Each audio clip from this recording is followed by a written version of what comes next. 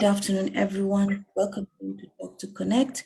This is Fatma. I am so honored to be having you today. And today I'm starting an edition for The Bold and the Beautiful. This is a Women's Month, and I am interviewing the bold and the beautiful, the women who are inspired us, women who are empowering other women. They are changing the society, and it's a month of celebrating a woman. So if you have a woman who you want to celebrate, I am. It's a month of empowering another woman to make her feel special. And I believe there's so many women out there who are doing a lot of things who are not even acknowledging them. So if you have a woman who you want to acknowledge, this is a month to acknowledge the women. And my first guest in this edition is a very beautiful, very courageous woman. I just saw her story and it just touched me so much, because I believe everybody has challenges in life, but she went through challenges and she's doing amazing to empower other women. So Teresa, I am so honored to be having you here today. And I'm so glad to be having you as my first guest in the edition of The Bold and the Beautiful. And your story is one story that I believe serves the purpose of why I'm doing this podcast, because what the purpose of this podcast is to empower someone to see there's always hope in life. You never know why things are happening in your life, but there's always a possibility of making something new in yourself and becoming better. So Teresa, I want to welcome you and thank you for being here today. Sorry, I think I dropped off. Oh, can you hear me now? Yes, I can. Okay, sorry. So I was just sometimes this internet is like that. So can you hear me clearly now? I can hear you very well. I can see you well. We're back, well connected. Okay, thank you so much. So as I was saying, this is my first edition on the Bold and the Beautiful edition, where I am celebrating women. I'm celebrating women since this is a month for celebrating women. And I know there's so many women out there who are doing amazing things, and women who are celebrating themselves, and some don't even know that they're doing amazing things. And we want to celebrate every woman who's out there who's doing something, whether you know it or not, to celebrate you. And I want to also ask this month for you to celebrate a woman in your life.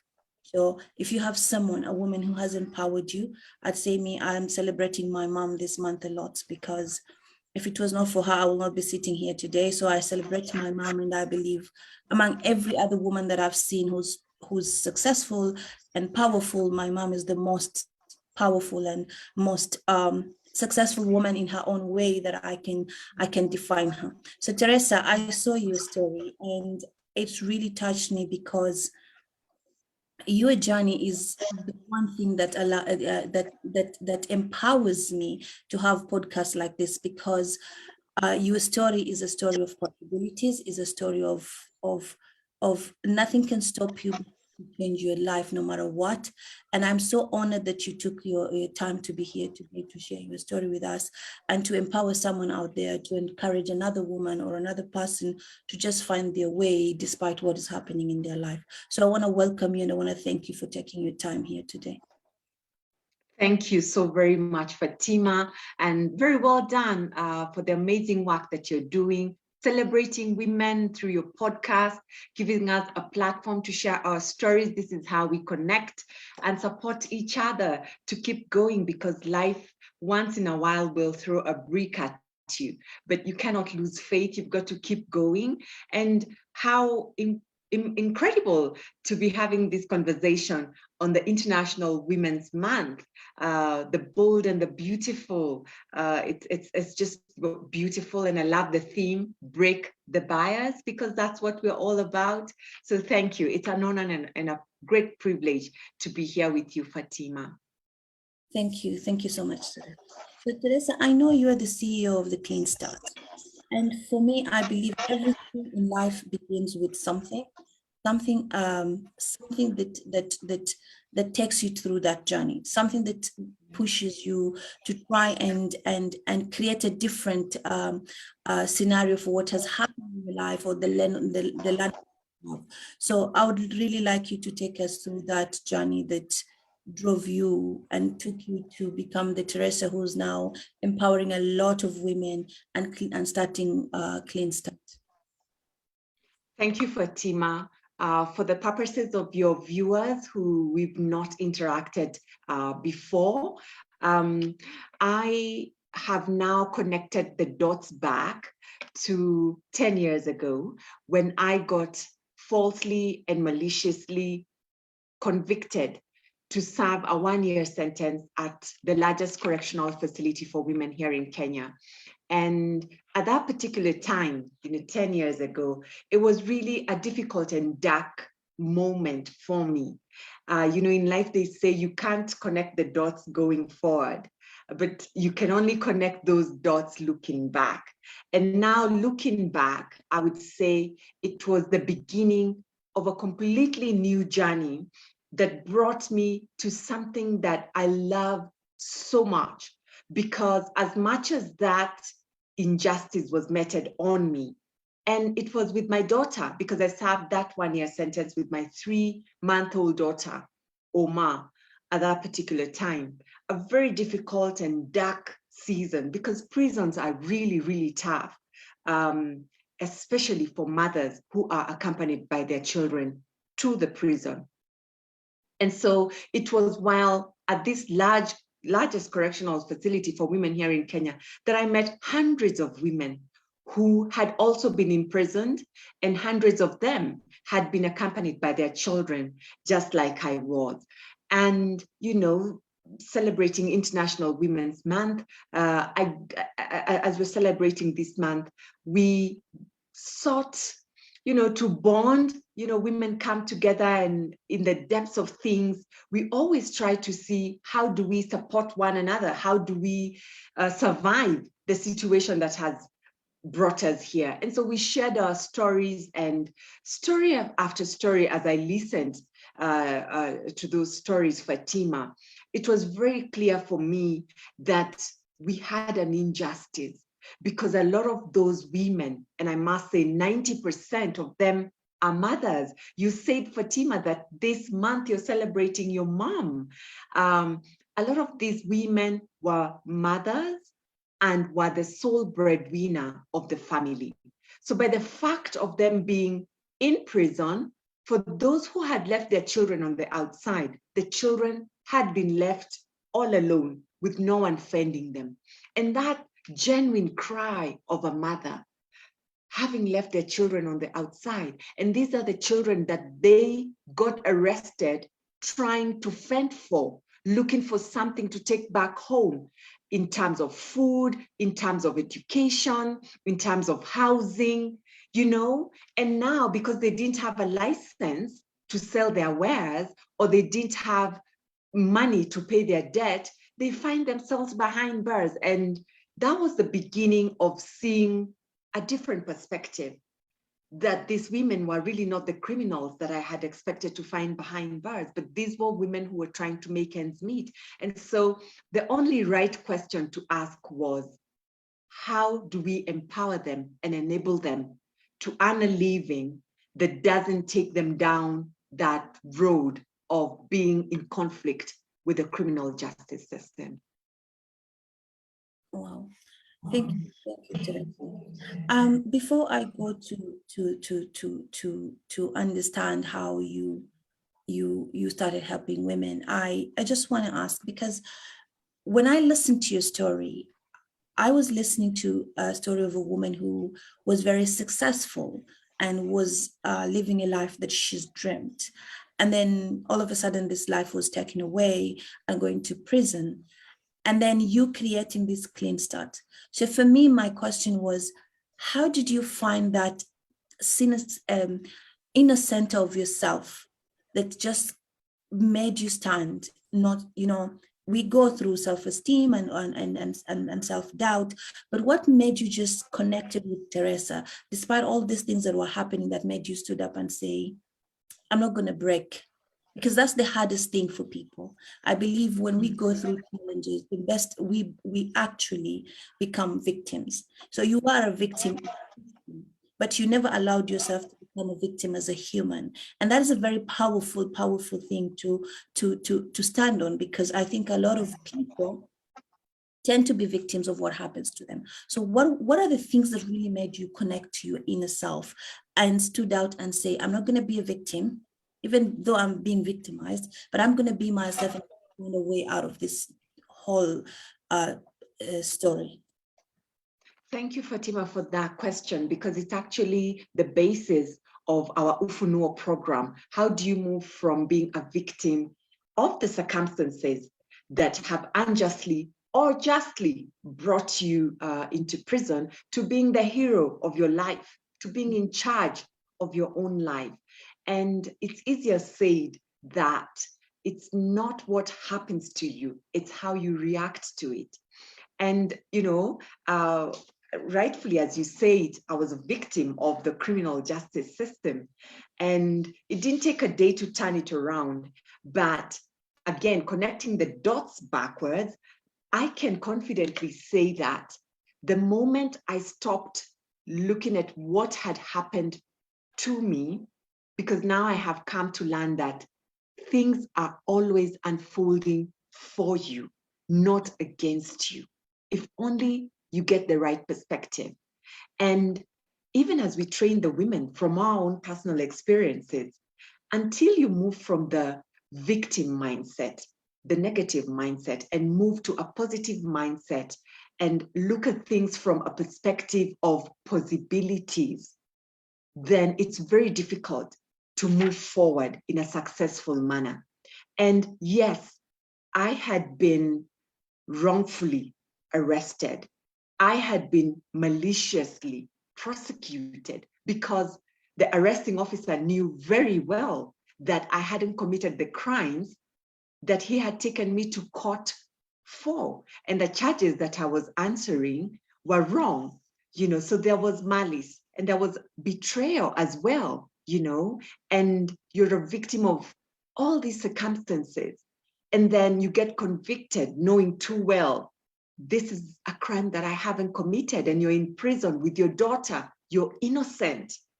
Fatima, it was actually after 3 months when I stopped asking the questions of how could they, why did they, and started looking at the bigger picture and not how Teresa has been victimized.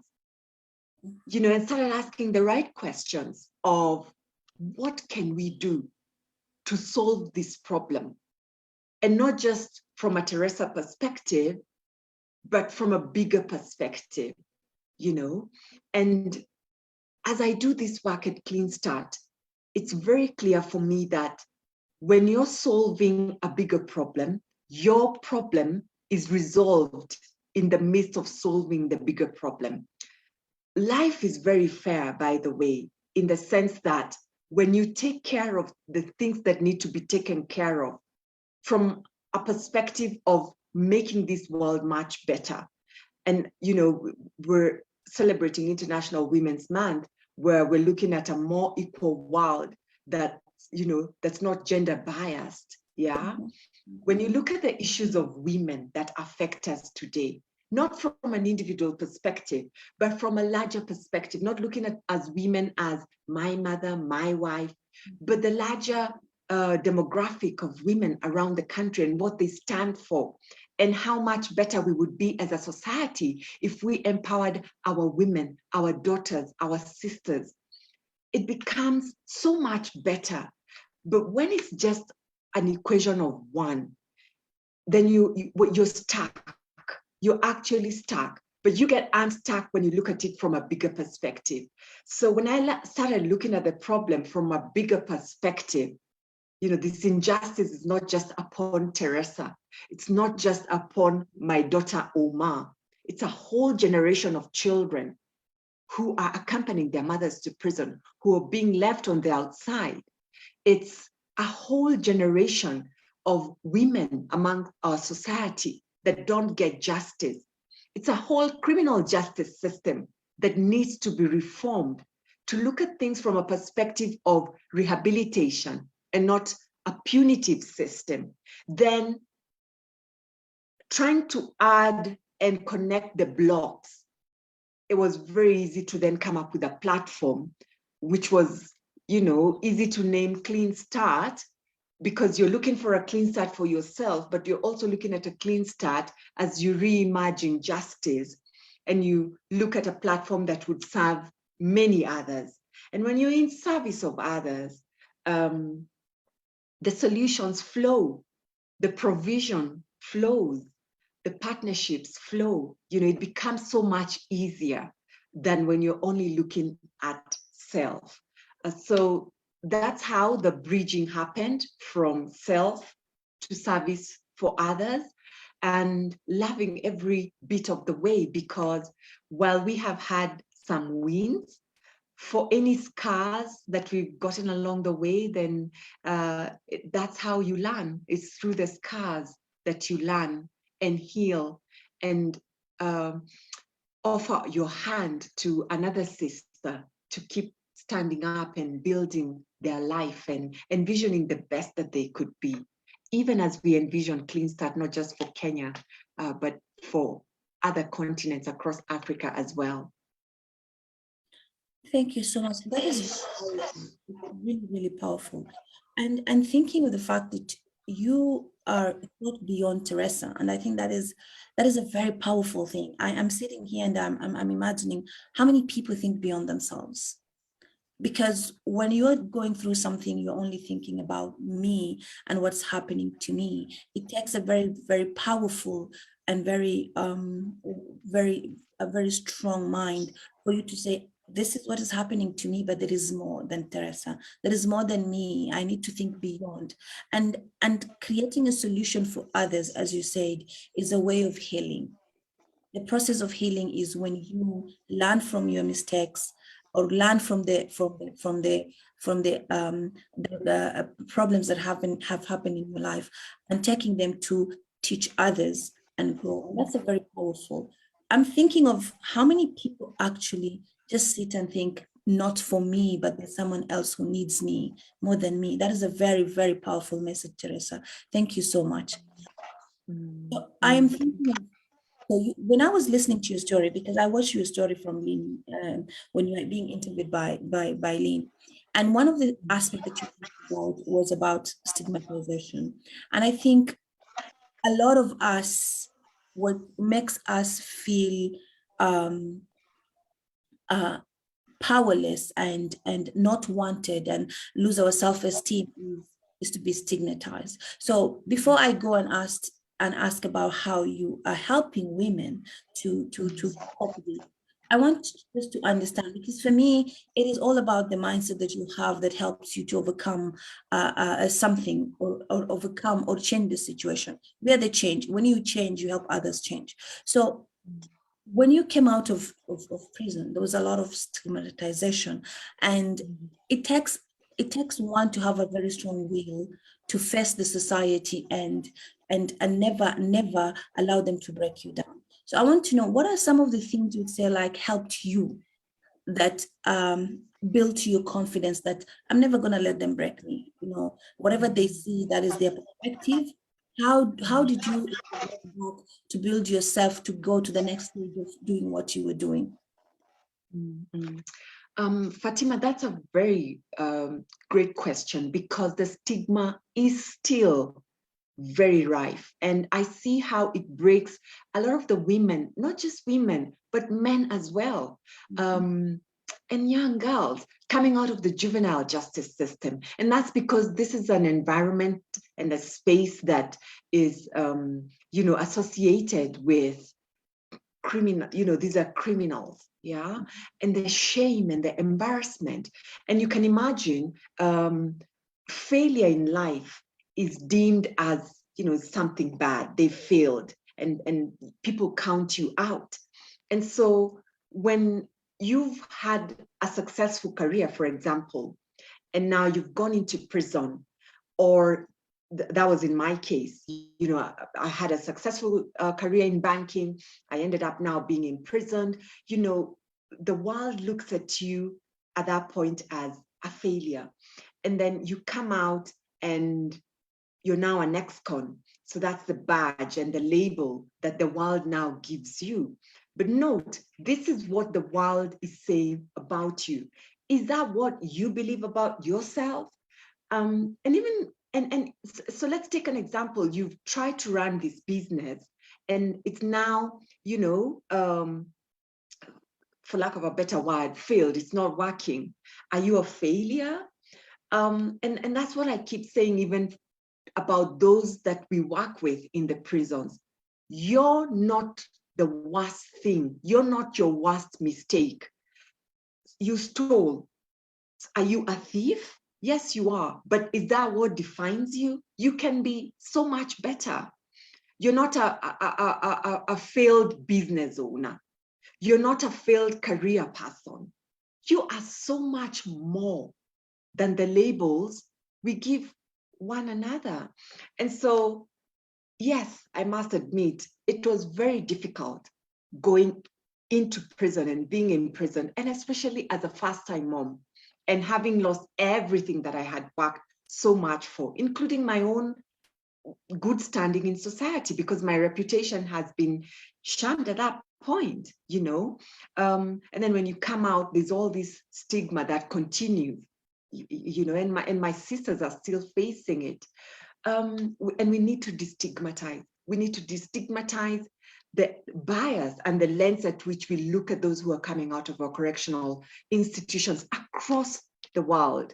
Some of them have justly paid the price for the crime that they committed. That's the essence of having gone into prison.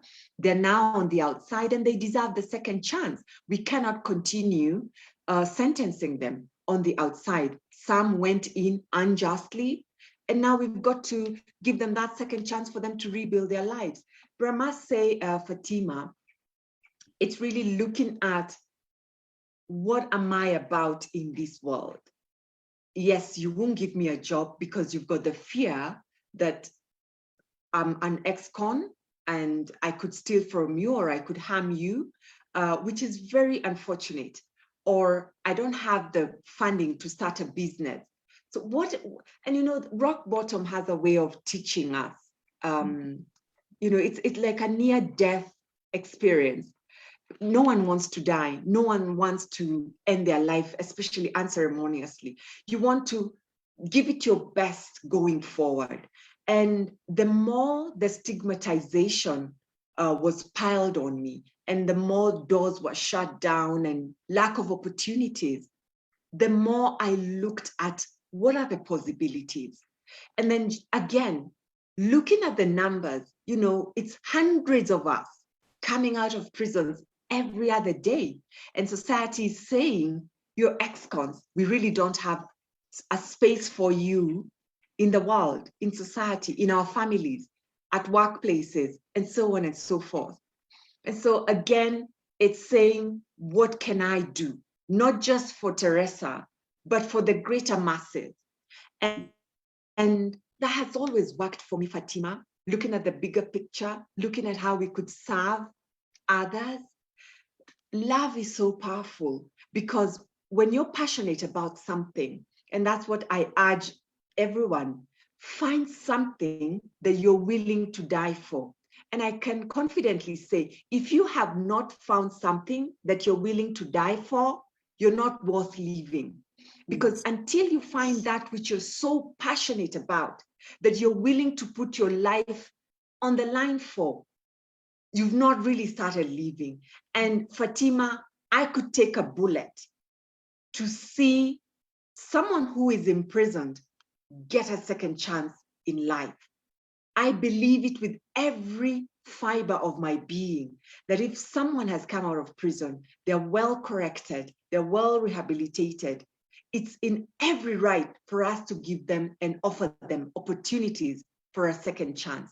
I could take a bullet for a woman being taken into prison because she couldn't afford $5 or $100 for a fine.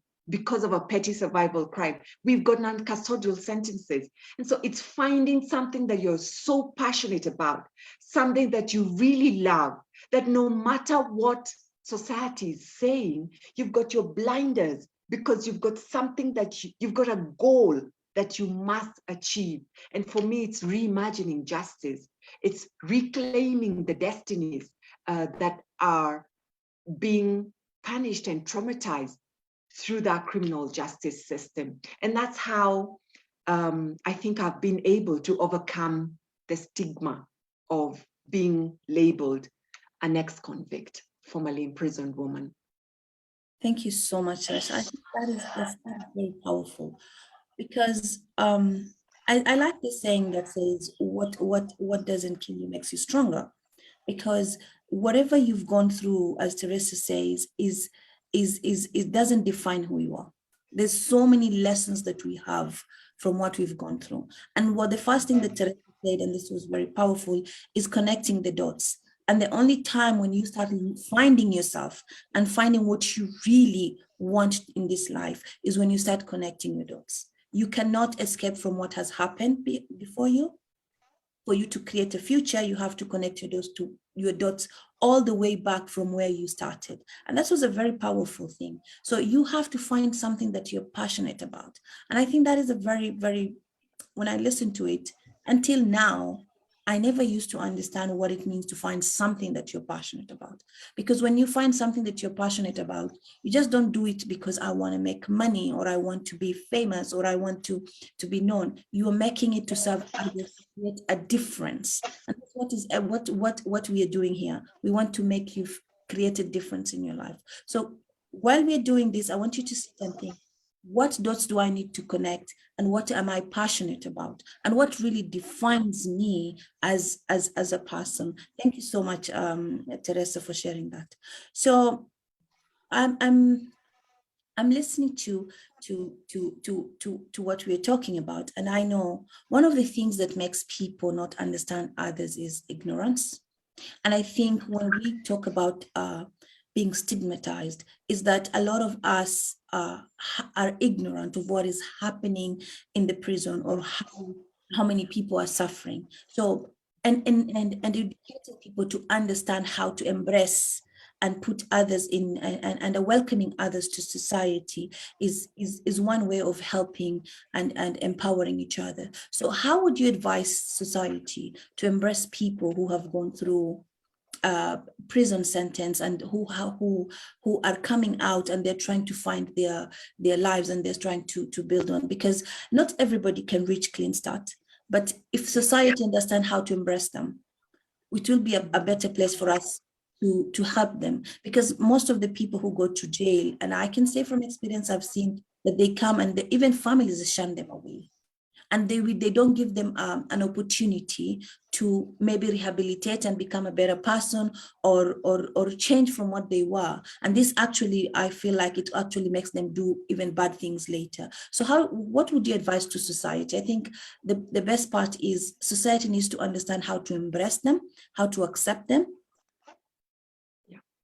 Yeah, indeed, Fatima. And the easiest place to start is just looking at ourselves and thinking about the mistakes that we make. Are you the last mistake you made? Are you the worst mistake you have ever made or done?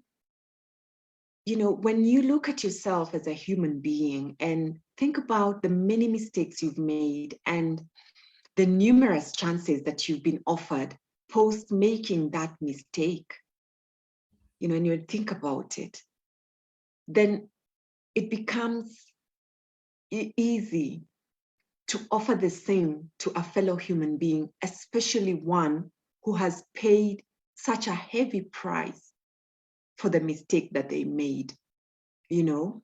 And I think that's the lens that we need to look at those who are coming out of prison from initially, and accord them the grace and accord them the mercy. You cannot keep punishing someone, especially for a mistake that they have already paid for, you know. And on the other side, as you said, Fatima, sometimes we judge people out of ignorance. You know, and I had that lens coming from the corporate world, going into prison. You know, my first initial days sitting in prison, I was thinking to myself, why am I here, and what am I doing with these criminals? Until I sat in there and looked at them for who they were, and listened to them and understood where they were coming from. And when I really, really got it, the fingers were actually pointing at me, who had counted them as statistics. You know, we're in a season in Kenya where our children will be sitting national exams, and a number of them will proceed on to higher learning. But the education system, its supply and quality is not equal for all. So not all will proceed, you know, into institutions of higher learning, either because they couldn't afford it or the opportunity, you know, was not accorded to them. And we will have these statistics of how many did not make it, you know. We've got statistics of poverty rates in Kenya. And sometimes we look at statistics as numbers and not think these are people. We've got statistics of the high unemployment rates we have here in Kenya or across the world, but we don't see to think that behind this statistic are people.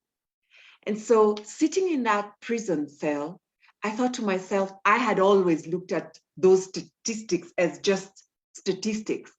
But here I am sitting with the people who make up those statistics, people who did not get the opportunities to continue with higher learning, you know, and have ever since been trying to make ends meet. People who made up those unemployment rates, statistics, and have been trying to look for ways to fend for themselves.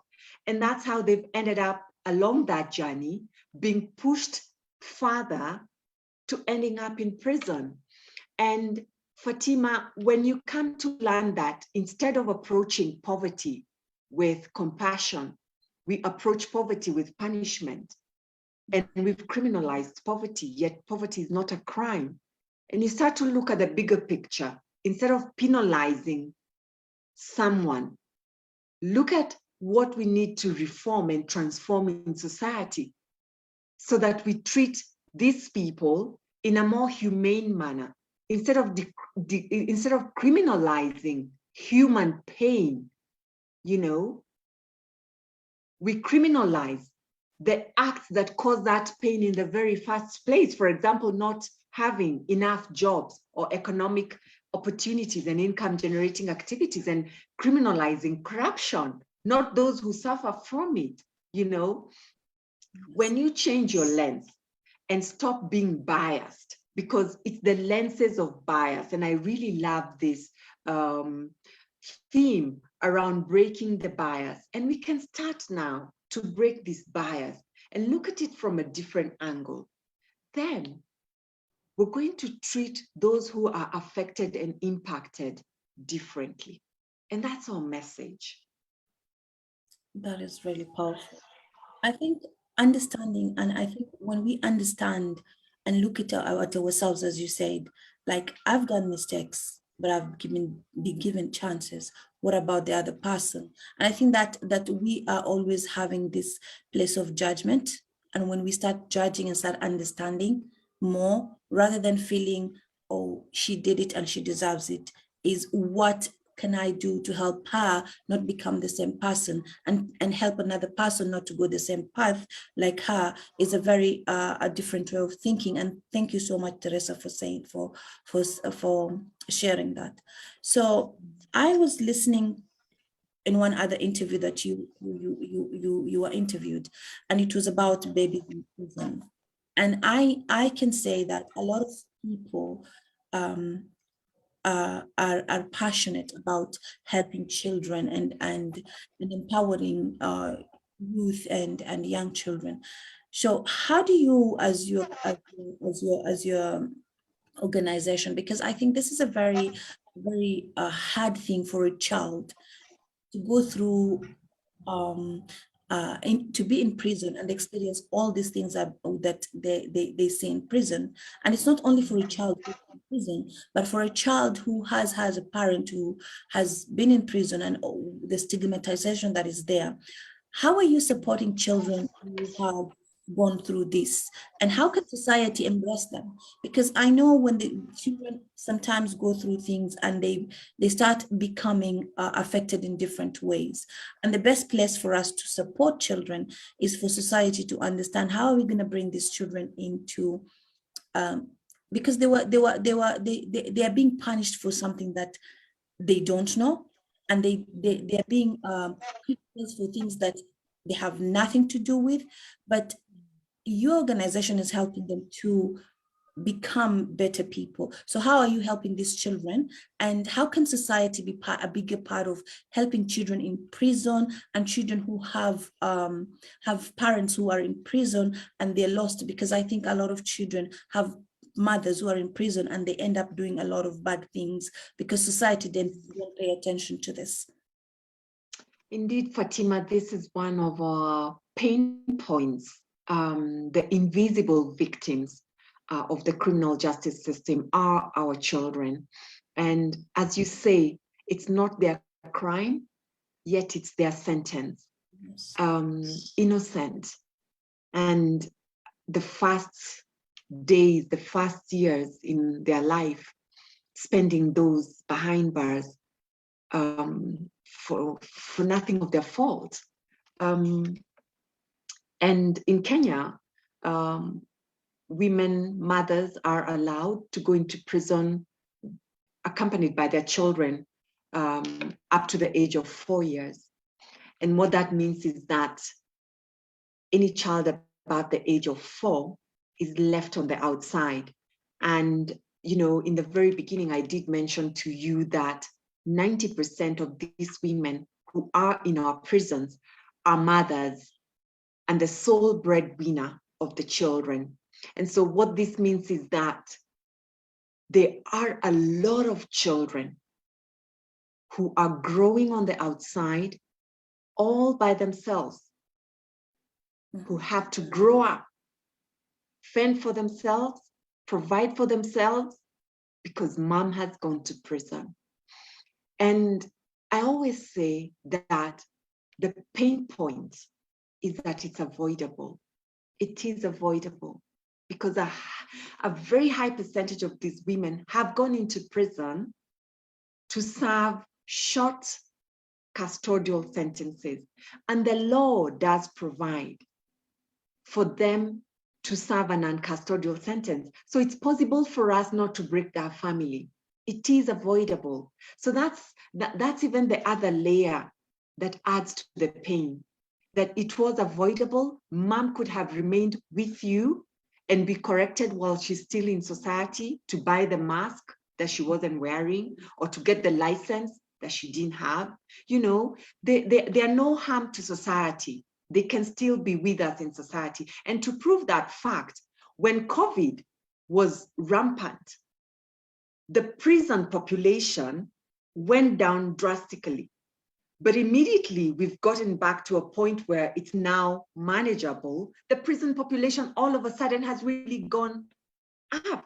You know, is there a correlation between the increase in the rates of crime and the COVID pandemic situation? But the bottom line is that we know we have criminalized poverty, and that's what we really, really need to deal with. But while we're dealing with that and correcting that, there are these children today, as we have this interview, who are either growing up behind bars or are on the outside by themselves.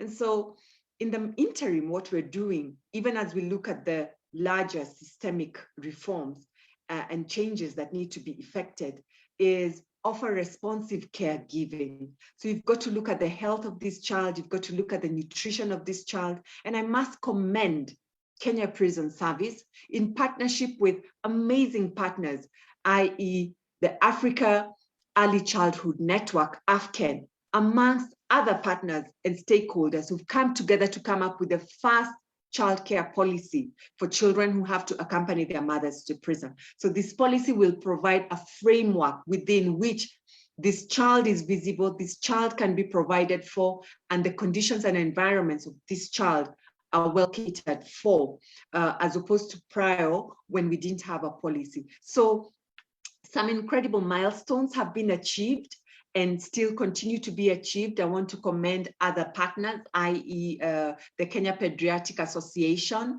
and a shout out to Dr. Migoa, Dr. Wamithi of the Aga Khan University Hospital, who one way or the other will try to see to it that we have data.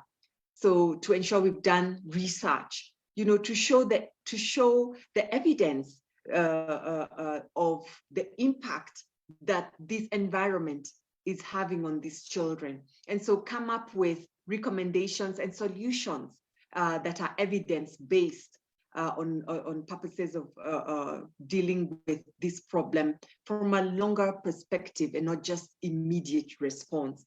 But other immediate solutions are ensuring they have enough food and their health is well taken care of. And this is where well-wishers come in. So anything that a child needs during their early days is most welcome to be provided for. And then we can partner with Kenya Prison Service or any other prison across the world where children have to accompany their mothers to prison and provide for the basic needs. Because Fatima, I must say, the correctional institutions, and I think the criminal justice system at large, globally, is underfunded and chronically underfunded. So you find that they're always racing against the resources and the needs of the people, so balancing that. So I think the corporates, the faith-based organization, well-wishers, individuals have an opportunity, even as government looks at how best and how well do we resource correctional institutions, or how well do we resource the criminal justice system. I think there's an opportunity for other partners and stakeholders to partner with the correctional institutions to meet the needs, the basic needs of those who are in prison. And so for children, the responsive caregiving, training, and also resourcing through partners what these children need on a day-to-day basis. And you'll notice I've not talked about children who are left on the outside by their mothers, because for us at Clean Start, our capacity has not allowed us yet to address the issues of these children. And so we're looking at education. We need to ensure that they are well absorbed within the education system so that they don't drop out of school. Where they live, the government needs, and social services need to ensure that these children are well catered for. But the unseen and the invisible, unsaid biggest problem is the trauma. And this trauma continues to live with these children years on. So they need a lot of counseling, trauma healing, so that they can become productive members of society once they've grown. So there's a lot to be done to the damage that this has caused. Okay, thank you so much, Teresa. So Teresa, I want to ask a question, because from everything that we go through in life, from everything that we experience in life, there's one lesson that each of us learns from whatever has happened in our life. So what would be your one lesson from all this has happened to where you are right now? What is the one lesson that sticks to you and it's always empowering you and putting you in that a position of keep on wanting to serve and changing lives? My one thing revolves around values. What are your values as an individual?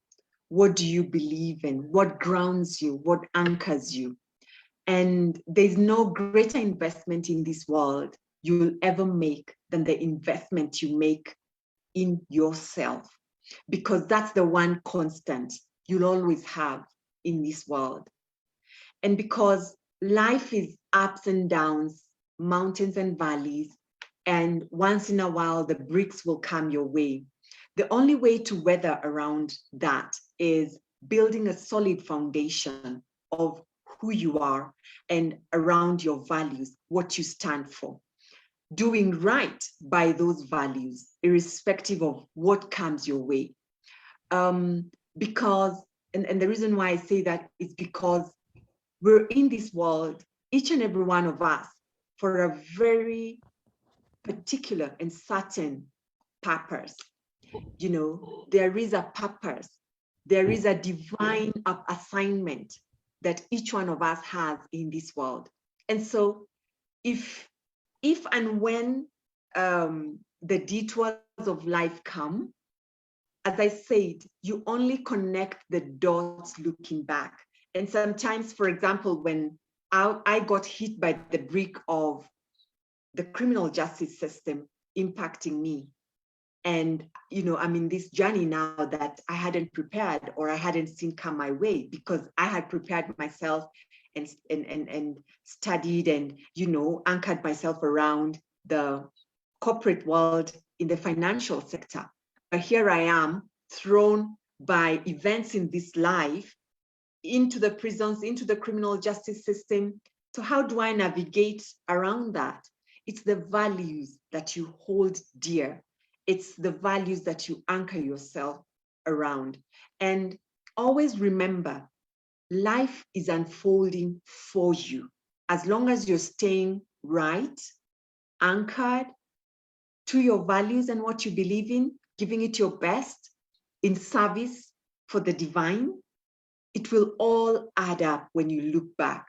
The work that I did within the corporate sector was a preparation for my service of what I'm doing at Clean Start, and so on and so forth in this life. So invest in yourself, hold your values very dear and close to you, and never deviate no matter what comes your way. And always know that life is unfolding for you. So keep the course and never lose faith. Thank you so much. And I think that's very powerful. I think a lot of people don't understand the value, the power of understanding your values, because your values really define and makes you make the correct decisions that you want to do in your life. And holding onto your values is actually building your identity. I think your values is your identity, who you really are and what you stand for. And if there's any doubt that you want to think that values, if you have any doubt about what are my values, I want you to listen to Teresa's story. I think whatever Teresa has shared with us from the beginning to now, she's just explained what her values are, what she believes in, and what she wants to be or change and what she wants to make others achieve. So a lot of people don't even understand what values they have or what are they standing for you to change in any situation that you're in. And I'm going to say this because I can say the one thing that had changed in my life for me to be sitting here is I started understanding my values. And the moment I understood my values, I understood my worth. And that's a very powerful thing. When you know your worth, no matter what happens in your life, you will always stand up and do what you think is right for you. So thank you so much, Teresa, for sharing that with us. So Teresa, I want now to go to Clean Start, and I just want you to explain to people what Clean Start really is and what does it do and how does it help? And if someone there is listening, how can they be part of this amazing organization that you have that helps people rebuild themselves back to become a better citizen in society? Indeed, thank you very much, Fatima. So for us at Clean Start, our vision is to reimagine futures and reclaim destinies. And we reimagine futures by reimagining justice, reimagining a society that's more just, that's more equal, and reclaiming the destinies of those who have been impacted by the criminal justice system. And we do that by offering our service to women, girls, and children, primarily, who have been impacted by the criminal justice system, so in prisons, in rehabilitation schools, and we journey with them through our programs to empower them, to offer them hope, and to prepare them for life post-imprisonment. Upon release from the correctional institutions, we then continue journeying with them for successful reintegration back into society, through offering them economic opportunities, education opportunities, and ensuring that they are well reintegrated within their families and communities. That's the service delivery arm of what Clean Start does. On the systemic arm of things at Clean Start, we're looking at systemic change. How is it that the National Police could offer justice way much better through alternative dispute resolutions? For example, the chiefs, the local administrators. How can the judiciary implement some of the laws, for example, non-custodial sentences for those who are eligible for short sentences? And instead of separating families, have them continue being corrected and being in society, you know, and the bigger picture of rethinking prisons, rethinking the criminal justice system and how we could offer justice. So in a nutshell, that's what we do at Clean Start, and a lot of advocacy, creating awareness of the issues of prisons and the challenges of reintegration, looking at the decriminalization of poverty, decriminalization of human pain, and, you know, offering people better opportunities and better outcomes, especially when the issue is anchored around poverty. That's what Clean Start does. Thank you so much, Teresa, for sharing that. So if someone is, let's say, in the society and wants to support Clean Start, and they want to support the movement that you're having, how do they come to support and empower? Because I know this is something that touches a lot of people in society, not only one person from all races, especially in our country. There's a lot of women who are in jail, and there's a lot of women who are coming out of jail, and some families are there. So how, if they want to contribute to Clean Start and they want to support a woman or a child, how do they go about it? Thank you, Fatima. And, you know, just the fact that you're holding this conversation all the way from Dubai, thanks to technology. You know, the criminal justice system issue is it's not just a Kenya issue. It's an issue across the globe. You know, we've got people coming out of prisons in all parts of the world who deserve second chances. And so wherever it is you find yourself in this world, if someone's coming from prison and they have served their time, find your best way in your community and society of how you could accord them a second chance. And that could look like an economic opportunity, a job. It could mean housing. It could mean a family where they feel welcome to reintegrate, because that way then we reduce the high rates of recidivism, of people going back into correctional institutions where they feel they are wanted. You cut down the bias and the probability of someone committing suicide, because we've got many people who come out of prisons and commit suicide because of the stigmatization. So let's accord them grace and compassion. They've already done the time. We cannot continue sentencing them and punishing them. And for us at Clean Start, if you're out there, our PayPal account is cleanstartkenya@gmail.com. It's the same email you could use to reach us at Clean Start. So that cleanstartkenya@gmail.com. And you could email us also for any other ways that you feel you could accord the work that we're doing support. It could probably be bringing our programs into your country, into the prisons that are there. So that's one of the ways. And for those who are in Kenya, our M-Pesa pay bill number is 543-268.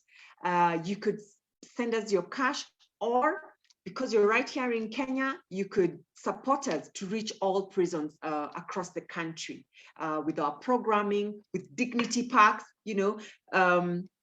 With $100, we are able to offer Dignity Parks for the women, for the girls, or for the children to be able to serve their sentences in dignity by providing them with essential packages, or, you know, with $200, we are able to start a business and an income generating activity for a woman coming out of prisons. So get in touch with us, cleanstartkenya@gmail.com, and we will discuss of ways in which we could be able to offer support to those who really need that support today.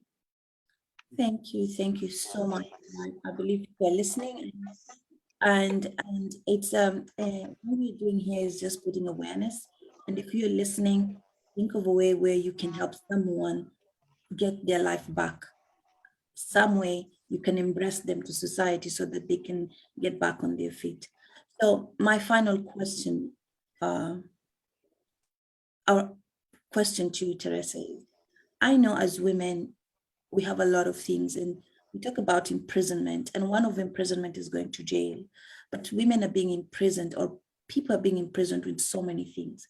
There's a woman, since we're celebrating women, there's so many things that imprison women and doesn't allow them to find their way to find freedom of becoming who they want to become. There's a woman who's imprisoned by an abusive relationship. There's a woman who's imprisoned by culture. There's a woman who's, what advice would you give to a woman who feels she's being imprisoned and she doesn't have the freedom of becoming herself, that she wants to be more and wants to serve more, as what we're doing right now, but she's feeling that she's being imprisoned in one circumstance or another?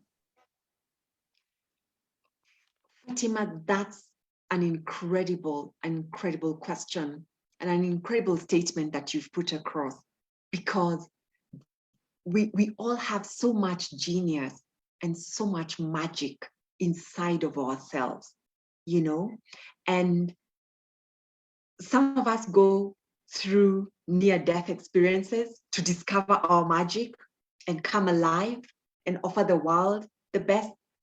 But I believe you don't have to go through a near-death experience for you to release the magic and the genius that's in you. The biggest fear we have is the fear of, what will people say? What will people think? How will people look at me? And you know, you fear. And so you want to stay relevant. You want to stay within the clique. You want to stay in your comfort zone.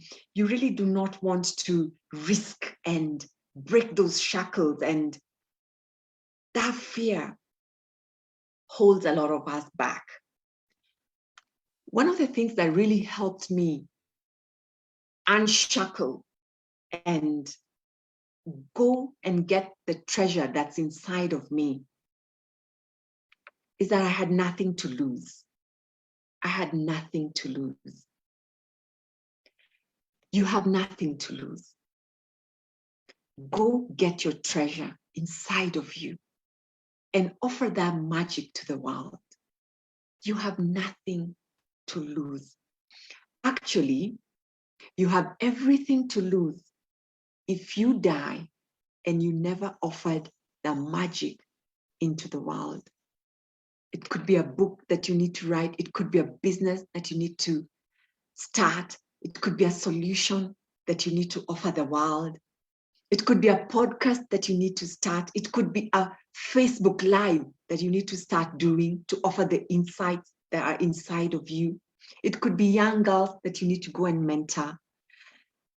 I don't know what it is for you, but unshackle yourself.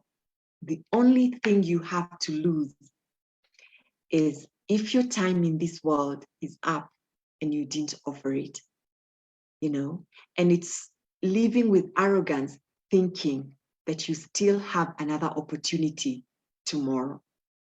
Today is the only assured day that you have. So get started. That is really powerful. Thank you, Michelle. I think a lot of us are waiting for the best opportunity, and we're waiting for a better chance. and we're waiting for a better moment, there's no better moment. And as Teresa is saying, you are the captain of your life. You make choices that allow you to become who you want to become. You're a hero, you're a heroine, and it's within you. You just have to tap it. You don't have to go through an experience to find it. It's just to allow yourself to understand self-discovery, find your identity, and just show the world who you are. Just one step at a time to become who you want to be. So thank you so much, Teresa, for being here today. And I am so honored to have you today. And I believe this conversation is a conversation where people need to hear it more, because I think there's a lot of mothers or fathers who are willing to have a time and ability to take care of their children, but the circumstances are stopping them because they were in jail, or they don't know how to put themselves back to society. So this conversation is a conversation that is going to help anyone who's out of prison and feels that your life is over. Teresa is here to tell you that there is nothing that can stop you from becoming the person that you want to become. Every experience in our life is a learning. And when you get the learning from it, you just create a change. And one thing that I got from your conversation today, which just stuck to me and is very powerful, is that it's not about you. It's about you serving others so that you can make a change. So whatever happened to you, see of it as a way of creating change. It happened to you to give you an opportunity to teach others to become better. So it's not all about you. It's about serving others. It's about creating a solution rather than becoming victims. Thank you so much, Teresa. That was the most powerful thing.